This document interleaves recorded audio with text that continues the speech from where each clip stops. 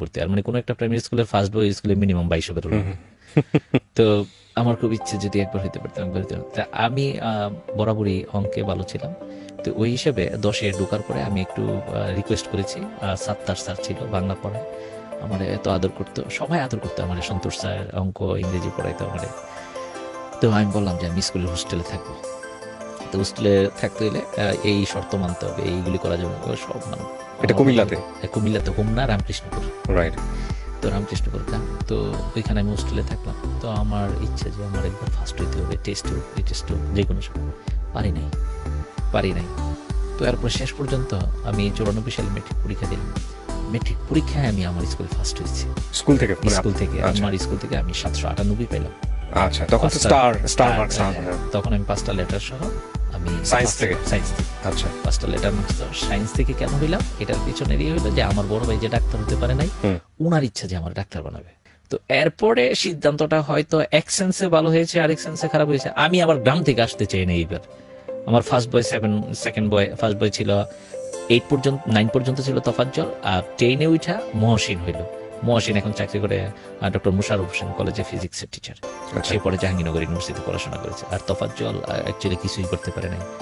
আমি সবসময় বলতাম তফাজ্জলের is the ship of English. ও যখন ক্লাস 6-7-এ পড়ে দুর্দান্ত ইংলিশ বলতো। এটা একটা অদ্ভুত জিনিস, মানে সৃষ্টিকর্তার একটা খেলা। আমি জানি না, এটা আপনি বলছেন তো আমার সাথে অনেক কিছু মিলে যাচ্ছে। আমি আমার স্কুল জীবনে যাকে ফার্স্ট বয় পেয়েছি সে জীবনে কিছুই করতে পারে নাই। হ্যাঁ, এবং এমন হয়েছে যে কলেজ জীবনে সে ব্যাক বেঞ্চার ছিল, কিন্তু ঢাকা ইউনিভার্সিটিতে সে দুর্দান্ত সাবজেক্টে পড়াশোনা করেছে। এগুলো কিন্তু মানে ভয়ঙ্কর রকম ভাবে কিছু না কিছু মোমেন্ট পুরো লাইফটাকে চেঞ্জ করে দেয়। রাইট, বলেন তারপর। তো এরপরে ওই পরে আমি গ্রাম থেকে আসবো না, কিন্তু আমার বড় ভাই বলছে গ্রামে থাকলে তুমি খারাপ হয়ে যাবে। আর আমার বড় ভাই আমাদেরকে পড়াইতো, আমরা ছোট দুই ভাইকে পড়াইতো। প্রত্যেক বৃহস্পতিবার বিকালে পরীক্ষা নিত আমাদের। তো পরীক্ষা নিত কি, বলতাম যে আমরা কি পড়বো, কিসের বই। তো বলতো যে বইয়ের এই 10 পৃষ্ঠা থেকে 20 পৃষ্ঠা বা 20 থেকে 30 পৃষ্ঠা কালো লেখা যেগুলি, এগুলি সিলেবাস।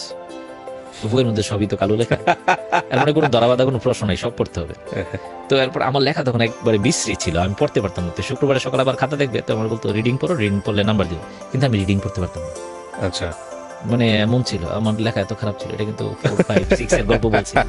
তা আমি যখন ক্লাস 8 পড়ি, চিটক কক্সবাজার যখন ছিলাম, ওইখানে এক ভাইয়া ছিল, আনিস ভাই চিটক মেডিকেলে পড়তো। তো একবার গেল বাড়িতে, যে বাড়িতে ভাড়া থাকতাম, বলছে এইগুলি কি লেখো, কাগজ কিছু হইলো, লেখা সুন্দর করে। বলছি কিভাবে সুন্দর করবে, তো বলছো চেষ্টা করি পারি।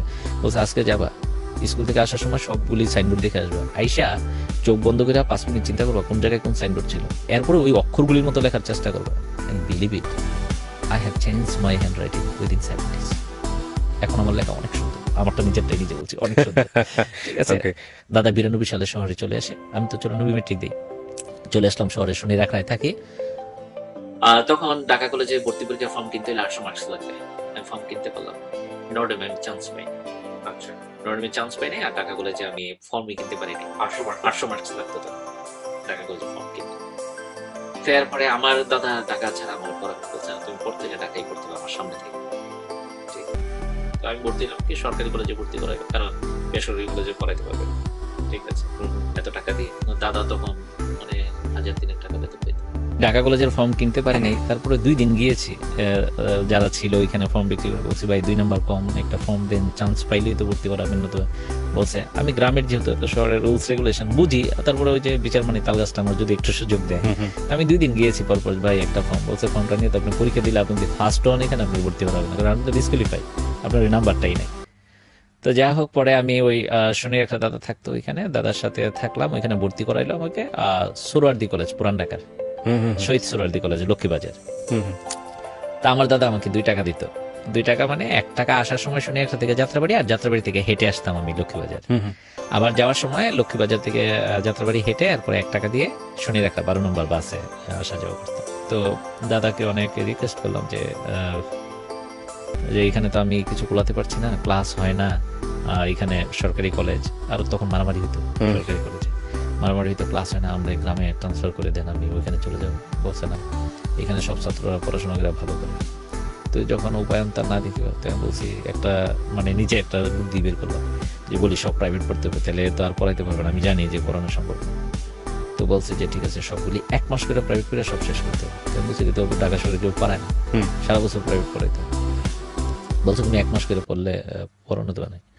তো পড়লে পরে কি সবাই যেখানে 250 টাকা 300 টাকা মাস উনি আমার বললো যে খুঁজে বের করো সবচেয়ে কমে কে পড়ায়, তুই বের করলাম একজনের 150 টাকা দিয়ে পড়ায়।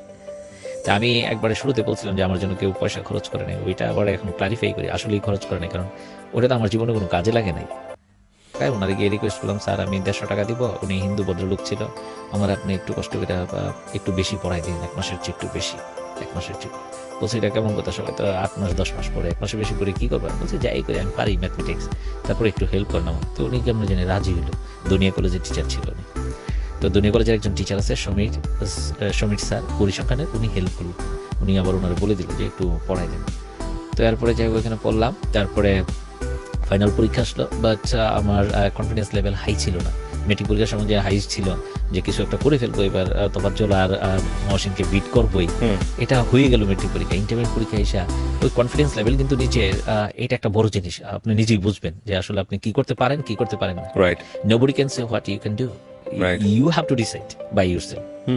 সো কনফিডেন্স লেভেলটা খারাপ। তারপরে পরীক্ষা দিলাম, যথারীতি পরীক্ষায় কিন্তু ফেল করলাম আমি। কত সালে পরীক্ষা এটা দিলেন? 1996 সালে ইন্টারমিডিয়েট পরীক্ষা, এবং আপনি যদি ইতিহাস ঘাটেন এটা কিন্তু একটা ডিজাস্টার ছিল। 96 সালে সবচেয়ে বেশি পাস করছিল ঢাকা বোর্ডে, এটা হলো 24%, 24%, it was the highest percentage all over the country. আর সবচেয়ে কম পাস করছিল যশোর বোর্ডের 16%। ঠিক আছে, তো আমি বলবো না যে আমি ওই গ্যারাকলে পড়েছি, আমি বলবো আমার প্রিপারেশন ছিল না, আমি ফেল করেছি। 798 পাওয়া একটা ছেলে 798 পাওয়া আমি ফেল করে ফেললাম। এখন এইটা তো গ্রামে মোটামুটি একবারে চড়াও হয়ে গেছে। তো চড়াও হয়ে গেছে, এর মধ্যে একটু বালুর দিককে ওই মহাসিন তোফাজ্জল পাস করেছে, ওরা স্টার মার্কস পায় নাই, মহাসিন তোফাজ্জল ওরা গ্রামে ফার্স্ট ডিভিশন পেয়েছে। তো আমার এইখানে একটা কথা বলার জায়গা, ওই মানুষ তো খুঁজে যে কিভাবে তুমি মোটামুটি বাঁচতে পারো। তো আমি বাঁচার আরেকটা সুযোগ পেলাম, আমাদের এক স্যারের মেয়ে ছিল মুন্নি, ও ঢাকায় পড়তো কোন কলেজ আমার মনে নাই, মুন্নি ফেল করলো, এটা একজন আমার তথ্যটা দিল। মানে সহযাত্রী খুঁজে পেলেন না? সহযাত্রী খুঁজে পেলাম, যে অন্তত বলার জায়গাটা আমার হলো যে কে আমি একলা ফেল করেছি, আরো কত মানুষ তো ফেল করেছে। মুন্নিও তো স্টার মার্কস পেয়েছে 881 পেয়েছে, 781, ও ফেল করেছে, তো কি হয়েছে? আমি একটু জাস্ট ইন্টারাপ্ট করছি, যারা এখন পর্যন্ত এতটুকু শুনেছেন তাদেরকে আমি বলবো গল্পের আসল জায়গা শুরু হচ্ছে এখন। বিশেষ করে এসএসসি এবং ইন্টার পড়ুয়া ছাত্রছাত্রীদের জন্য এই এপিসোডটা যে কত ইম্পর্টেন্ট এটা বলে শেষ করা যাবে না। বলেন তারপর। তো এরপরে ফেল করলাম, ফেল করার পরে সিদ্ধান্ত নিতে নিতে কিছুদিন কান্নাকাটি করলাম, মন খারাপ এই সেই। তো আমারে এই জায়গায় সাহস জুগিয়েছে তখন আমার এক ফ্রেন্ড ছিল তৌফিক, ও এখন বিসিএস ক্যাডারে চাকরি পেয়েছে। তখনকার সময়ে সে একবারেই পাশ করেছে, সে নরডেম কলেজে পড়তো মানবিক বিভাগে।